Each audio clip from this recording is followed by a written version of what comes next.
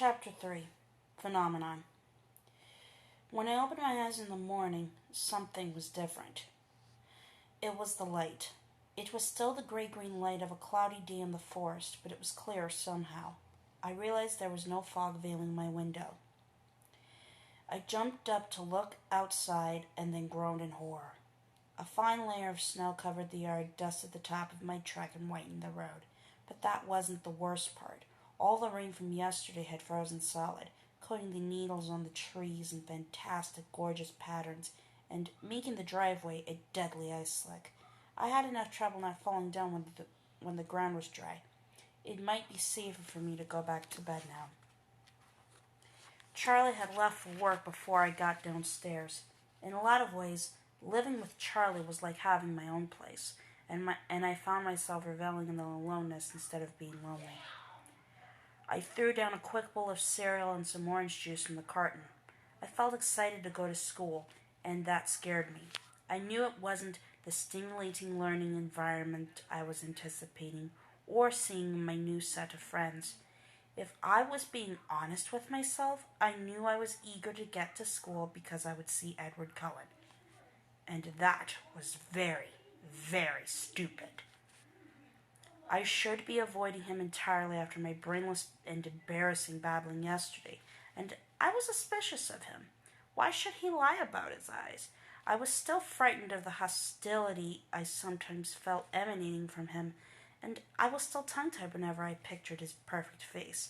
I was well aware that my league and his league were spheres that did not touch, so I shouldn't be at all anxious to see him today.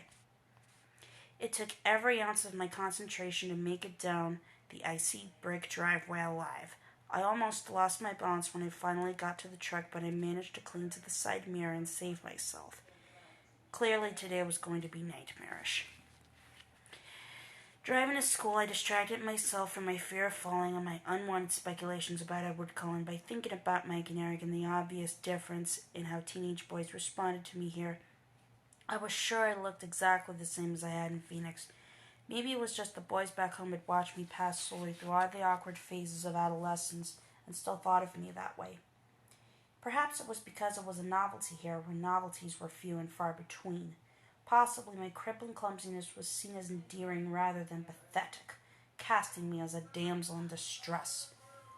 Whatever the reason, Mike's puppy dog behavior and Eric's apparent rivalry with him were disconcerting. I wasn't sure if I didn't prefer being ignored. My truck seemed to have no problem with the black ice that covered the roads. I drove fairly slowly, though, not wanting to carve a path of destruction through Main Street. When I got out of my truck at school, I saw why it had so little trouble. Something silver caught my eye, and I walked to the back of the truck, carefully holding the side for support to examine my tires. There were thin chains crisscrossed in diamond shapes around them. Charlie had gotten up who knows how early to put snow chains on my truck. My throat suddenly felt tight. I wasn't used to being taken care of, and Charlie's unspoken concern caught me by surprise. I was standing by the back corner of the truck, struggling to fight back the sudden wave of emotion the snow chains had brought on when I heard an odd sound.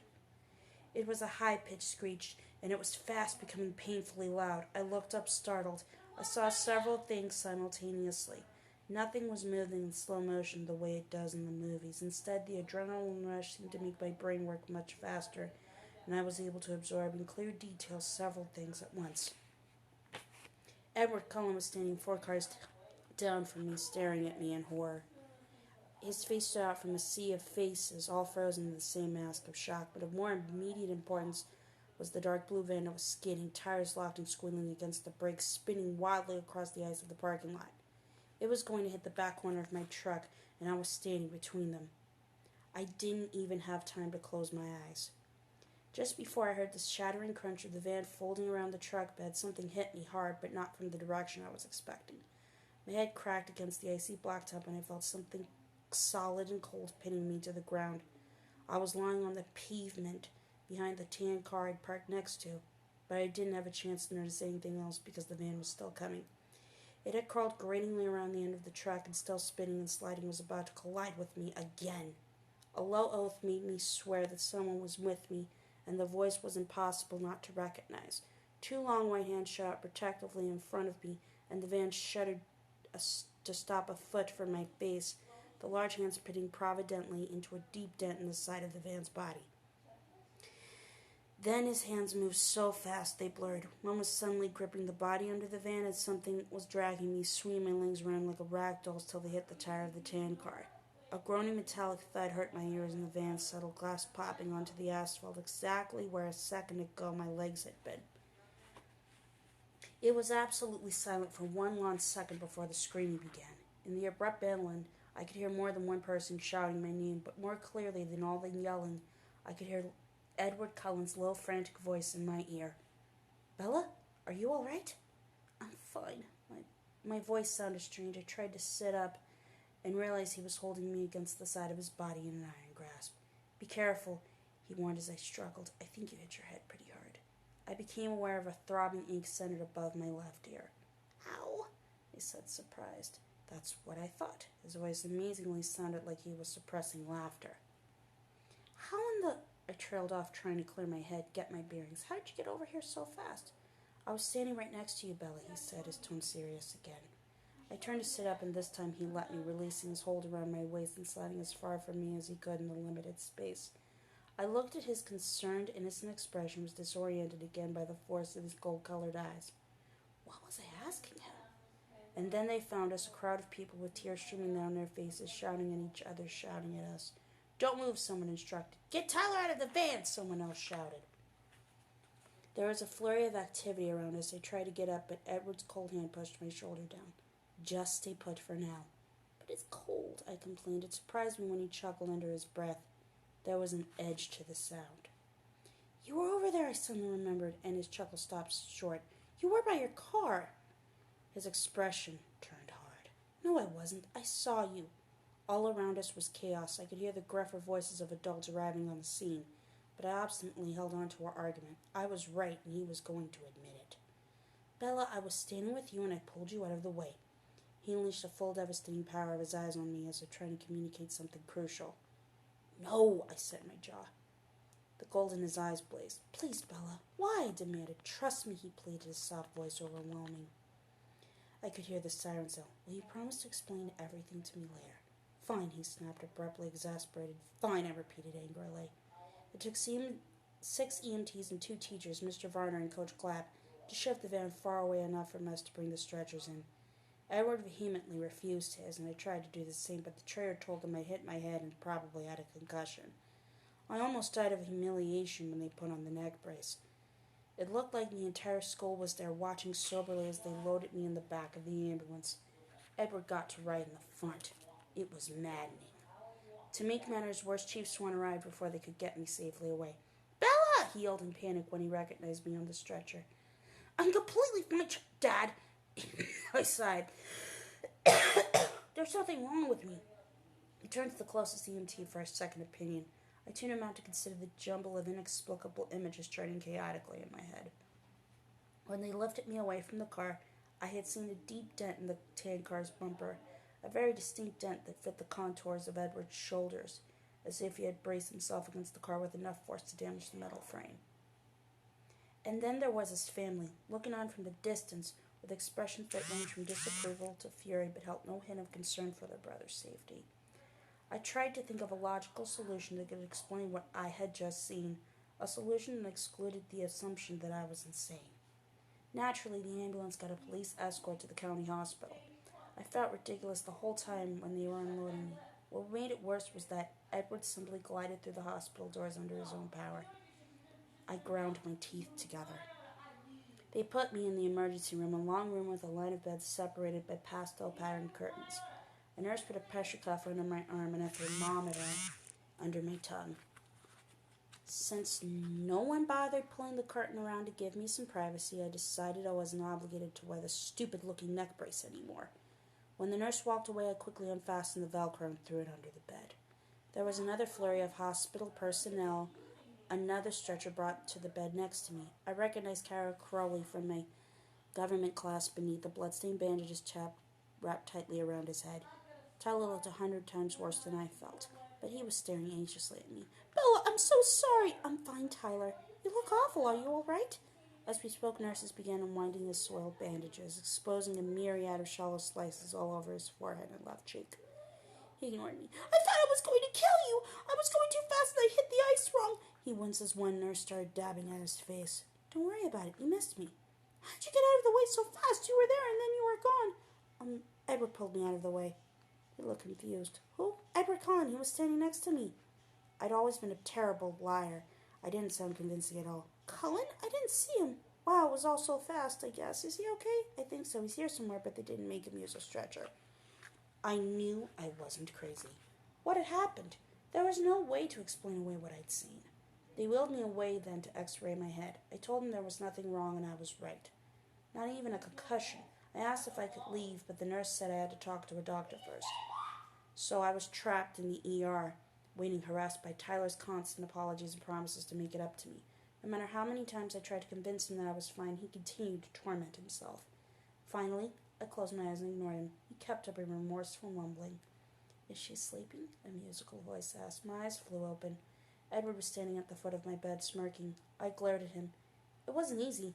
It would have been more natural to ogle. Hey, Edward, I'm really sorry, Tyler began.